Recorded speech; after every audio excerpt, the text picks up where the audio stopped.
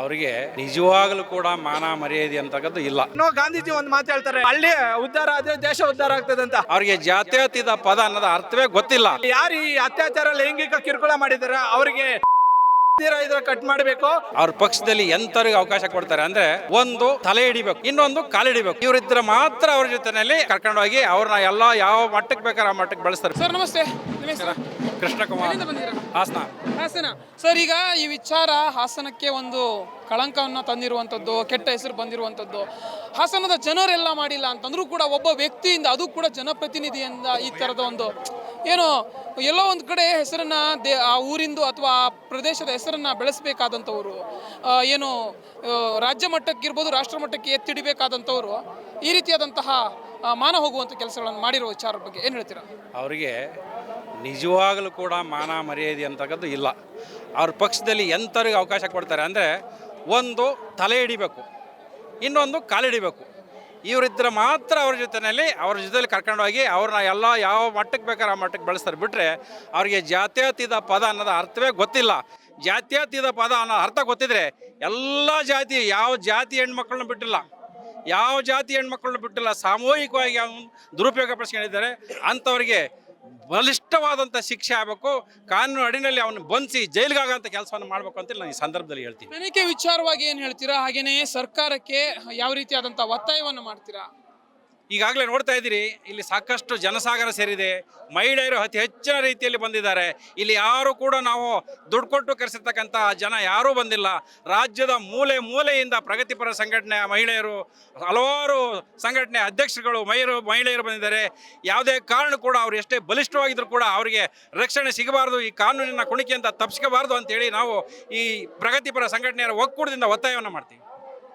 S ವೀಕ್ಷಕರೇ, ಈ ಒಂದು ಪ್ರಜ್ವಲ್ ರೇವಣ್ಣ ಪೆನ್ ಡ್ರೈವ್ ಪ್ರಕರಣಕ್ಕೆ ಸಂಬಂಧಿಸಿದಂತೆ ಈಗಾಗಲೇ ಸಾಕಷ್ಟು ವ್ಯಾಪಕ ಟೀಕೆ ವ್ಯಕ್ತವಾಗಿದ್ದು, ಸಾಕಷ್ಟು ದೊಡ್ಡ ಮಟ್ಟಿಗಿನ ಪ್ರತಿಭಟನೆ ನಡೀತಾ ಇದೆ. ಹಾಸನದ ಕಡೆಗೆ ದಂಡಾಗಿ ಮಹಿಳೆಯರಿರ್ಬೋದು ಅಥವಾ ಪುರುಷರಿರ್ಬೋದು, ಇಬ್ಬರು ಕೂಡ ಮಹಿಳೆಯರ ನ್ಯಾಯದ ಪರವಾಗಿ ಹೋರಾಟವನ್ನ ನಡೆಸ್ತಾ ಇರುವಂತದ್ದು ಕಂಡು ಬರ್ತಾ ಇದೆ. ಈಗಾಗಲೇ ಇಲ್ಲಿ ದೊಡ್ಡ ವೇದಿಕೆಯನ್ನು ನಿರ್ಮಾಣ ಮಾಡಲಾಗಿದ್ದು ಸಾಕಷ್ಟು ಜನ ಪ್ರತಿಭಟನಾಕಾರರು ಬಂದಿದ್ದಾರೆ. ಸೊ ಅವರನ್ನ ಮಾತಾಡಿಸ್ತಾ ಹೋಗ್ತೇನೆ. ಸರ್ ನಮಸ್ತೆ. ಮೊದಲದಾಗಿ ಈ ಒಂದು ಪ್ರಕರಣದ ಬಗ್ಗೆ ಏನ್ ಹೇಳಕ್ ಬಯಸ್ತೀರಾ? ಸರ್, ಮೊದಲು ಒಂದೇ ಒಂದು ವಿಷಯ ಹೇಳಕ್ ಬಯಸ್ತೀನಿ. ಯಾಕಂದ್ರೆ ಜನಸಾಮಾನ್ಯರು ಏನಾದ್ರು ಈ ತಪ್ಪು ಮಾಡಿಬಿಟ್ಟಿದ್ರೆ ಇಷ್ಟೊತ್ತಿಗೆ ಅವ್ರ ಜೀವ ಹಿಂಡೋ ತರ ಮಾಡ್ತಾ ಇದ್ರು. ಅದೇ ಪೊಲೀಸ್ ವ್ಯವಸ್ಥೆ ಆಗಿರ್ಬೋದು, ಗೃಹ ಸಚಿವರಾಗಿರ್ಬೋದು, ಮುಖ್ಯಮಂತ್ರಿಗಳಾಗಿರ್ಬೋದು. ಆದರೆ ಒಬ್ಬ ರಾಜಕೀಯ ವ್ಯಕ್ತಿ ಸಂಸದ ಆಗಿರೋದ್ರಿಂದ ಅವರು 1.5 ತಿಂಗಳಾಗೈತೆ, ಯಾವುದೇ ಕಾರಣಕ್ಕೂ ಅವರನ್ನ ಇದು ಮಾಡ್ತೀರಾ, ಅವ್ರು ತನಿಖೆ ಮಾಡ್ತೀರಾ, SIT ತನಿಖೆ ಮಾಡ್ತೀರಾ ಅವರನ್ನು ಬಿಟ್ಟಿದ್ದಾರೆ ಅಂದರೆ ಇದು ನಮ್ಮ ರಾಜ್ಯ ಸರ್ಕಾರದ ನಿರ್ಲಕ್ಷ್ಯತನ ಅಂತ ಹೇಳಕ್ ಬಯಸ್ತಾ ಇದ್ದೀನಿ.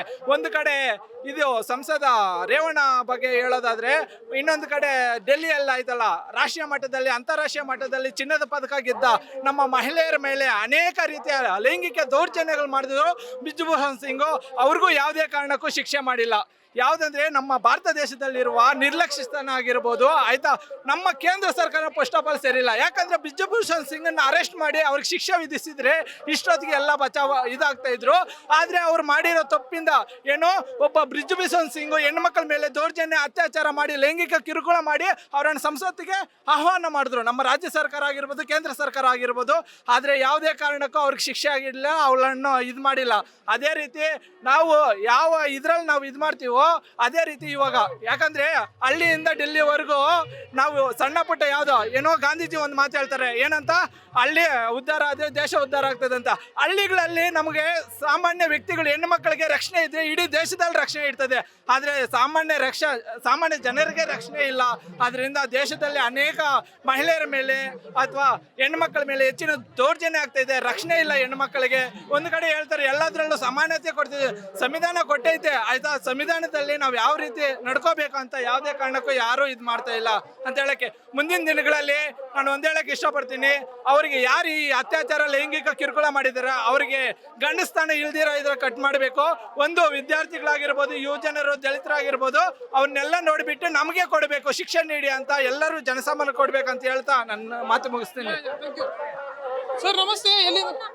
ಎಲ್ಲಿಂದ ಬಂದಿದ್ದೀರಾ? ನಾವು ಕುಂದೂರು ತಾಲೂಕಿನಿಂದ ಬಂದಿದ್ದೀವಿ ಸರ್. ಓಕೆ, ಏನು ಹೇಳ್ತೀರಾ ಈ ಒಂದು ಇನ್ಸಿಡೆಂಟ್ ಬಗ್ಗೆ, ಈ ಒಂದು ಹೇಯ ಕೃತ್ಯದ ಬಗ್ಗೆ ನಿಮ್ಮ ಮಾತುಗಳಲ್ಲಿ ಹೇಳೋದು? ಅವ್ರು ಹೇಳಿದ್ರೆ ಅವ್ರನ್ನ ಬಂಧಿಸಬೇಕು, ಅವ್ರನ್ನ ಬಂಧಿಸಿ ಅವ್ರ ಕುಟುಂಬನೇ ನಾಶ ಮಾಡಬೇಕು. ಓಕೆ, ಇವತ್ತು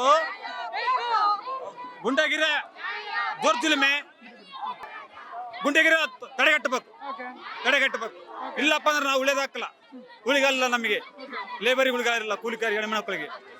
ಏನು ಈ ಪ್ರತಿಭಟನೆ ನಡೀತಾ ಇದೆ, ಸಾಕಷ್ಟು ಜನರು ರಾಜ್ಯದ ನಾನಾ ಮೂಲೆಗಳಿಂದ ಬಂದಿದ್ದಾರೆ.